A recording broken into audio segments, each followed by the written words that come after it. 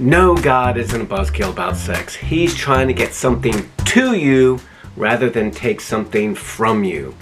I'm Ryder Cullison. Welcome back to Bible Bears. So, I'm going to give you 7 reasons why people think God is such a buzzkill about sex. Now, if you don't know what a buzzkill is, imagine a group of guys in college sitting around having a few beers, laughing, having a great time, and then one of the guys says, sometimes I think about all the kids in the world in hospital beds dying of cancer.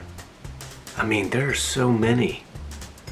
One of them could be flatlining right now, man. And then all of a sudden, all the people in the group who were having a good time are despondent and melancholy. That's what a buzzkill is. Someone who sucks the joy or the fun out of any given situation. And that's really what God is often accused of because of his prohibitions on really any sex outside of marriage. Okay? So why does God do this? He has great reasons.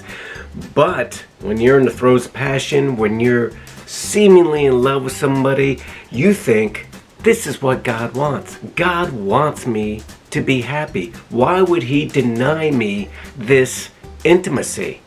I'm a responsible adult. Well, guess what?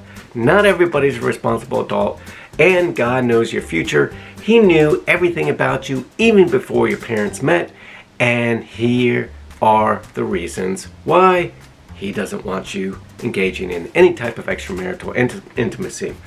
Number 1, heartache. How many times have you guys gotten together with somebody, not just emotionally, physically as well? You get torn apart from that individual and then your world collapses. Heartache isn't just run-of-the-mill sadness. It's sitting in your room, listening to sad songs, feeling like life has no meaning. Some people attempt suicide. Some people succeed in suicide. God sees this. This is not the plan he has for you. And remember, God is omnipresent. He is with you. He experiences your pain. He sees your sorrow, just like you are one of his children. He doesn't want this for you at all.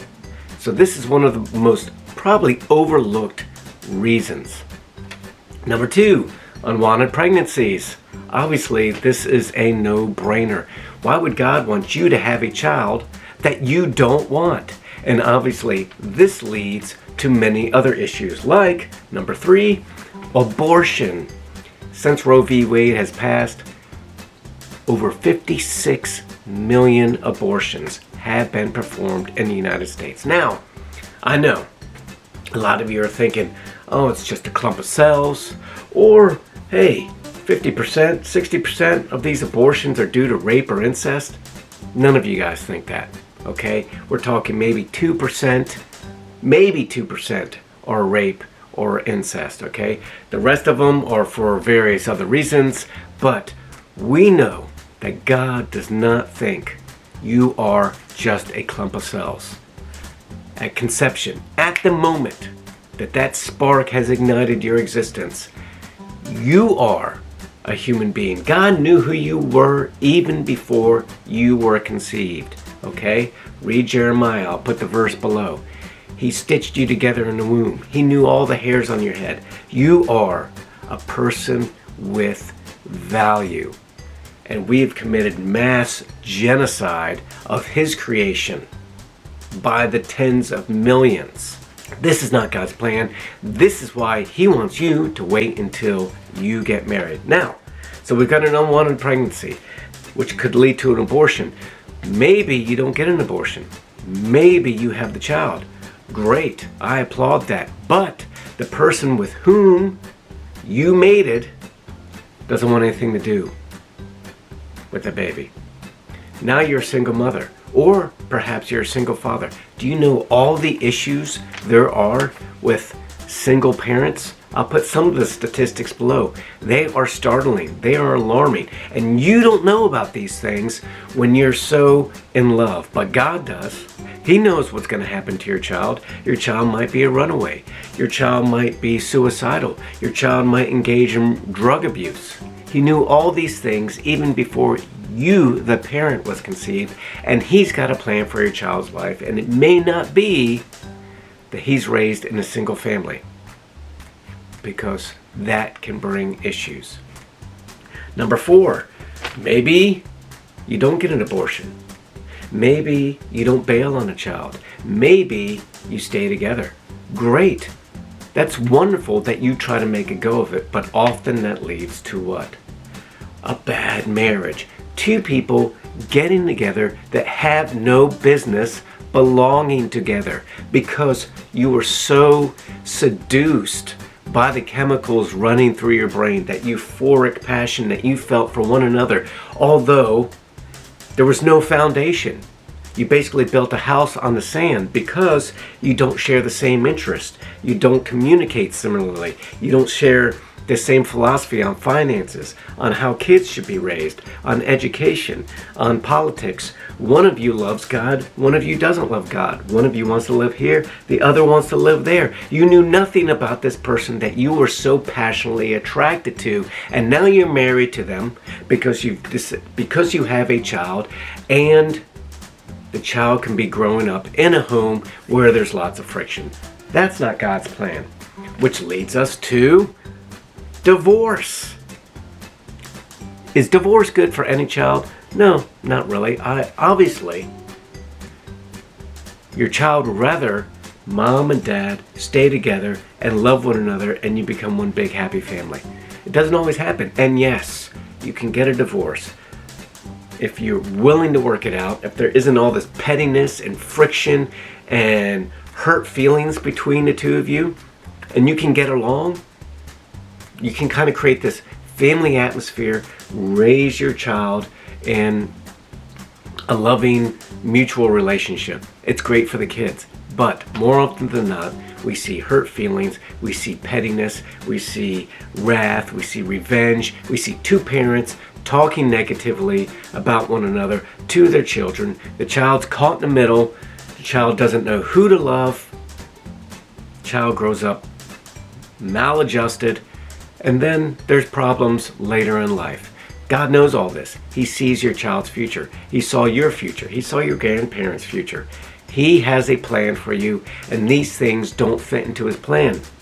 That's why he wanted you to wait until you have sex before getting married, because you would absolutely know that you wanted to be that person, not because of the passion you feel, but because of all the other things I've already mentioned. Then when you get together, it's a beautiful experience and you're on board, you're on the same plane. Now that doesn't mean, obviously, things can't happen and your marriage can disintegrate, but you're setting yourself up more for success than for failure. So the last one is the one probably most people think about, and that's disease. In 2008, according to the CDC, nearly 20 million sexually transmitted diseases were tracked in men and women between the ages of 15 and 24. Does God want you to have chlamydia, syphilis, herpes? No, that's not God's plan for your life. That's embarrassment. You are a creation. He created you for something big.